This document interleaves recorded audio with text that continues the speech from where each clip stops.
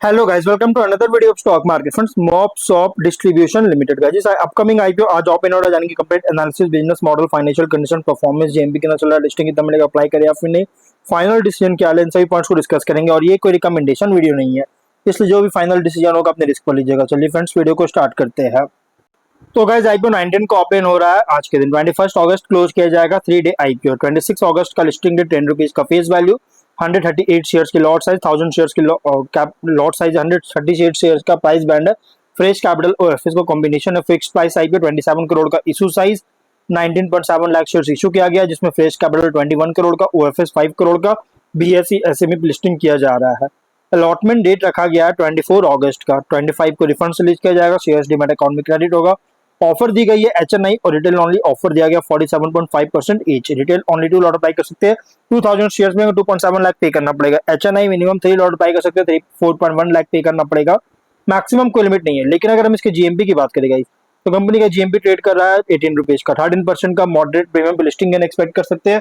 156 rupees का estimated listing price, 18,000 rupees का estimated profit single lot पे मिल सकता है। बिजनेस क्या है तो 2018 में इनकॉर्पोरेट किया गया था, और ये कंपनी जो है फैसिलिटी मैनेजमेंट सप्लाई जो कि एफएमएस प्रोवाइड करने के बिजनेस में इंगेज है। कंपनी सर्व करता है an extensive diversified client base, जो कि अलग अलग इंडस्ट्रीज के लिए, जैसे bank, BFSI, construction and real estate, health care, और इसके अलावा अलग अलग फैसिलिटी मैनेजमेंट कंपनीज का रिक्वायरमेंट्स और नीड्स को भी कैटर करती है ऑपरेशनल फुटप्रिंट के साथ मल्टीपल ज्योग्राफिक लोकेशंस में। और ग्रोइंग रोस्टर है लगभग 300 क्लाइंट्स के, ओवर 300 क्लाइंट्स का इंडिया में। प्रोडक्ट पोर्टफोलियो में इंक्लूड है क्लीनिंग एंड हाइजीन कंज्यूमेबल्स, जो कि microfibre cloth, surface disinfectants, sensor based dispensers, biodegradable garbage bags, tissue papers, pedal bins, wringer bucket, vacuum cleaners, air fresheners हो गया, tool kits, related accessories, engineered जो कि functionality, durability और affordability के लिए है। कंपनी डिस्ट्रीब्यूट करता है, जो ऑफर कर रही है इसको डिस्ट्रीब्यूट करता है कस्टमाइज्ड डिजिटल इंफ्रास्ट्रक्चर के through by way of online order management platform के द्वारा, जो कि डेवलप किया गया है थर्ड पार्टी सर्विस प्रोवाइडर और डेडिकेटेड बिजनेस डेवलपमेंट टीम के थ्रू डेवलप किया गया। और कंपनी का 115 एम्प्लॉइज है, जो कि ड्राइव कर रहा है ऑपरेशनल एक्सीलेंस का 9 लोकेशंस में। लेकिन गाइस कंपनी का ओवरऑल अगर देखा तो कंपनी जो बिजनेस है ना, ये हाईली कॉम्पिटिटिव फ्रैगमेंटेड सेगमेंट में बिजनेस कर रही है। लेकिन फाइनेंशियल अगर देखा जाए, एसेट्स है 23.8 करोड़ का, नेटवर्थ 6.7 करोड़ का, डेट रिजर्व से 6 करोड़ का, डेट है 5.1 करोड़ का। और रेवेन्यू प्रॉफिट 23 में 30 करोड़ का रेवेन्यू, 81 लाख का प्रॉफिट, 24 में 37.8 करोड़ का रेवेन्यू, 1.4 करोड़ का प्रॉफिट, 25 में 42 करोड़ का रेवेन्यू, 3.5 करोड़ का प्रॉफिट। और गाइस कंपनी का 20 देखिए टॉप लाइन तो बहुत अच्छी ग्रोथ है, बट बॉटम लाइन 25 से जो सरप्राइजिंग बूस्ट हुआ है, और ये सिर्फ डाउट क्रिएट नहीं कर रहा है बल्कि सस्टेनेबिलिटी के लिए कंसर्न रेज कर रहा है, क्योंकि हाईली कॉम्पिटिटिव फ्रैगमेंटेड सेगमेंट में भी ऑपरेट कर रही है। कॉम्पिटिटर है Niparo trading private limited, Miraclean tools private limited, tops of events and exhibition, safe cure services, NIS management, ये सभी इसके कॉम्पिटिटर है। ऑब्जेक्टिव क्या है तो आउटस्टैंडिंग बोरोविंग से इसका रीपेमेंट या प्रीपेमेंट करना चाहती है, और ट्रांसपोर्टेशन लॉजिस्टिकल पर्पस के लिए कमर्शियल व्हीकल का परचेज करना चाहता है, कैपेक्स का फंडिंग करना चाहता है, एक roof top grid solar power plant का सेटअप करने के लिए, वेयर हाउसिंग फैसिलिटी में, और जनरल कॉर्पोरेट पर्पस के लिए, और ऑफर रिलेटेड एक्सपेंस के लिए फंडिंग चाहिए, इसके लिए आईपीओ लेकर। Ratios ROE RONW 43.4, ROC 32.3, PAT margin 11.6, EBITDA margin 17.8% का, डेट टू इक्विटी 1 टाइम का, पीवी 0.9, पी रेशियो 22.2 टाइम का। और गाइस कंपनी का प्रोमोटर होल्डिंग अगर देखा प्री इशू 100% पोस्ट 72.6% का।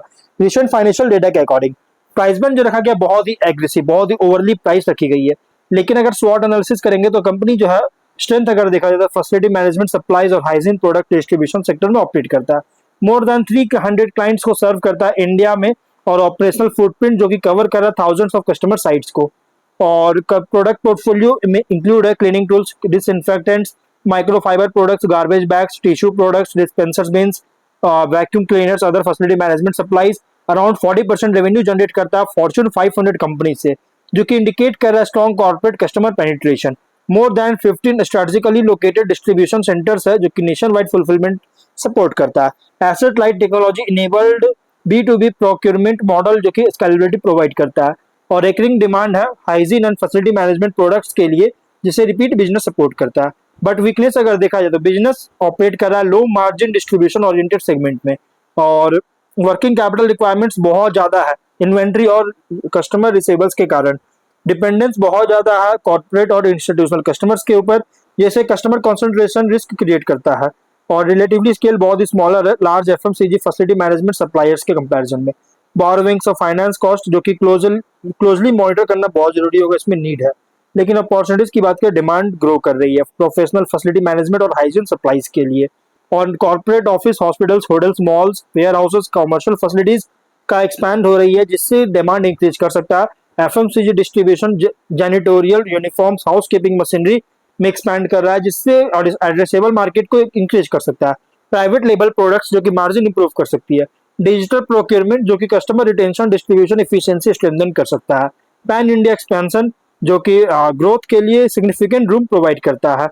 लेकिन अगर हम बात करें थ्रेट का, तो strong competition established FMCG cleaning product facility management supplier से।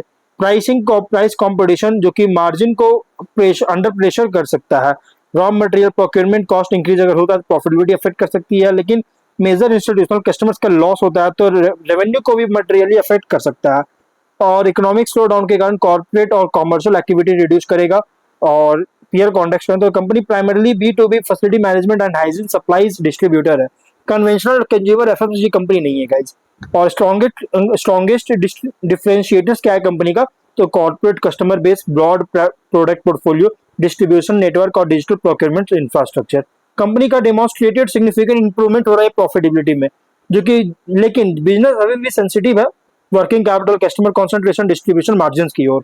और इन्वेस्टर के लिए आईपी रिप्रेजेंट कर रहा है facility management supplies and B distribution sector play, जहां फ्यूचर ग्रोथ डिपेंड करता है customer addition, geographic expansion, product diversification और ऑपरेटिंग एफिशिएंसी में इंप्रूवमेंट पर। लिस्टिंग स्ट्रेटजी, लिस्टिंग इनके लिए पॉजिटिव लेकिन सेलेक्टिव है गाइस। बिजनेस तो गुड ग्रोथ पोटेंशियल तो है और एस्टैब्लिश्ड कॉर्पोरेट कस्टमर बेस है, लेकिन लिस्टिंग इनके लिए प्रेफर करना जरूरी है स्ट्रॉन्ग सब्सक्रिप्शन डिमांड और सपोर्टिव जीएमपी अप्लाई करने से पहले लॉन्ग टर्म के लिए। पॉजिटिव लेकिन सेलेक्टिव है। रेकरिंग नेचर जो है फैसिलिटी मैनेजमेंट डिमांड का और कंपनी का कॉर्पोरेट डिस्ट्रीब्यूशन नेटवर्क, ये अट्रैक्टिव है। लेकिन गाइज स्केल जो है ना रिलेटिवली बहुत स्मॉलर है, कॉम्पिटिटिव मार्केट है, वर्किंग कैपिटल रिक्वायरमेंट्स है और डिपेंडेंस बहुत ज्यादा इंस्टीट्यूशनल कस्टमर्स पर, जिससे एक एग्जीक्यूशन इंपॉर्टेंट बनाता है। लेकिन ये स्ट्रेटजी वर्टिक लिस्टिंग इनके लिए सेलेक्टिव है, लेकिन अगर सब्सक्रिप्शन डिमांड जेएमपी सपोर्टिव होता है तो लॉन्ग टर्म के लिए सिलेक्टिव है। लेकिन guys company good B hygiene and facility management opportunity है, लेकिन margin, working capital, customer concentration closely monitor करना चाहिए आपको लॉन्ग टर्म के लिए। इसलिए गाइज जो भी फाइनल डिसीजन होगा अपने रिस्क पर लीजिएगा। ये कोई रिकमेंडेशन वीडियो नहीं है, तो गाइज वीडियो कहीं पर एंड करता है। कोई डाउट है कमेंट बॉक्स में पूछे। मिलता है नेक्स्ट वीडियो में। बाय।